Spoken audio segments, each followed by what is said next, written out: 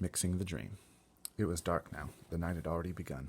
The BFG, with Sophie sitting on his hand, hurried into the cave and put on those brilliant, blinding lights that seemed to come from nowhere.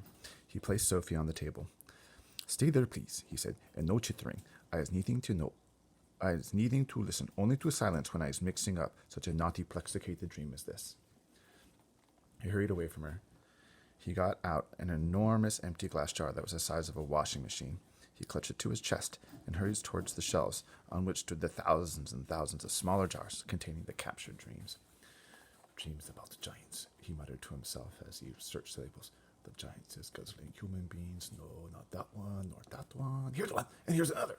He grabbed the jars and unscrewed the tops. He tipped the dreams into that enormous jar he was clutching, and as each one went in, Sophie caught a glimpse of a small sea-green blob tumbling from one jar into the other.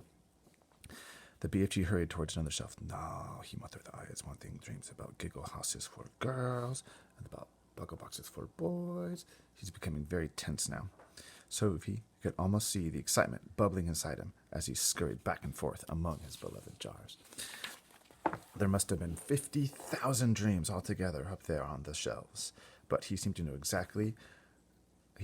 almost exactly where every one of them was.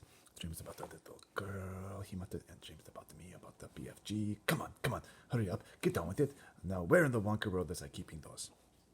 And so it went on. In about half an hour, the BFG had found all the dreams he wanted and had tipped them into the one huge jar. He put the jar on the table. Sophie sat watching him but said nothing. Inside the big jar, lying on the bottom of it, she could clearly see about 50 of those oval sea-green jellyfish shapes, all pulsing gently in and out, some lying on top of the others, but each one still a quite separate individual dream. "Now, we is mixing them," the BFG announced.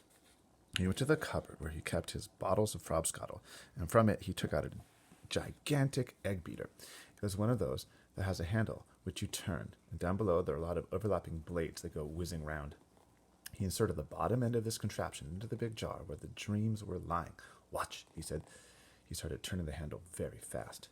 Flashes of green and blue exploded inside the jar. The dreams were being whisked into a sea-green froth. "The poor things!" Sophie cried. "They is not feeling it," the BFG said as he turned the handle. "Dreams is not like human beings or animals. They has no brains. They is made of zosimus." "Okay, BFG, we're just going to have to take that. Zosimus. Got it." After about a minute, the BFG stopped whisking. The whole bottle was now full to the brim with large bubbles. They're almost exactly like the bubbles we ourselves blow from soapy water, except that these had even brighter, more beautiful colors swimming on their surfaces. "Keep watching," the BFG said. Quite slowly, the topmost bubble rose up through the neck of the jar and floated away. The second one followed. Then a third and a fourth. Soon the cave was filled with hundreds of beautifully colored bubbles, all drifting gently through the air. It was truly a wonderful sight. As Sophie watched them, they all started floating towards the cave entrance, which was still open. "They're going out," Sophie whispered. "Of course," the BFG said. "Where to?" "Those is all tiny little dream bits that isn't using," the BFG said. "They is going back to the misty country to join up with proper dreams." "It's all a bit beyond me," Sophie said. "Dreams is full of mystery and magic," the BFG said. "Do not try to understand them. Look in the big bottle, and you will now see the dream you is wanting for the queen." Sophie turned and stared into the great jar. On the bottom of it, something was thrashing around wildly, bouncing up and down and flinging itself against the walls of the jar. "Good heavens!" she cried. "Is that it?" "That's it," the BFG said proudly. "But it's horrible," Sophie cried. "It's jumping about. It wants to get out." "That's because it's a troggle humper," the BFG said. "It's a nightmare." "Oh, but I don't want you to give the queen a nightmare," Sophie cried. "If she is dreaming about giants guzzling up little boys and girls, then what is you expecting it to be except a nightmare?" the BFG said. "Oh, no!" "Oh, yes," the BFG said. "A dream where you are seeing little children being eaten is about the most frightsome troggle-humping dream we can get.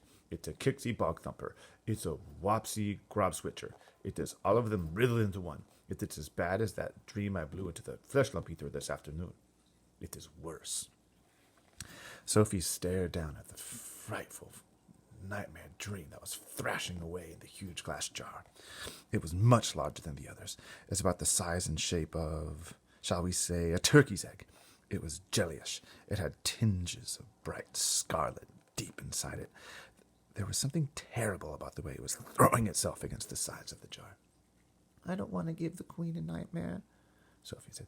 I is thinking, the BFG said, that your queen will be happy to have a nightmare if having a nightmare is going to save a lot of human beings from being gobbled up by fearsome giants. Is I right or is I left?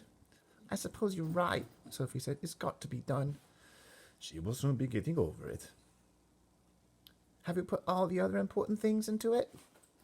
When I is blowing that dream into the queen's bedroom, the BFG said, she will be dreaming every single little thing-a-ling-a-ling you was asking me to make her dream.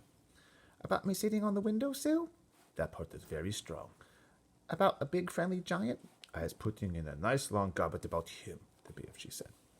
As he spoke, he picked up one of his smaller jars and very quickly tipped the struggling, thrashing Trogglehumper out of the large jar into the smaller one.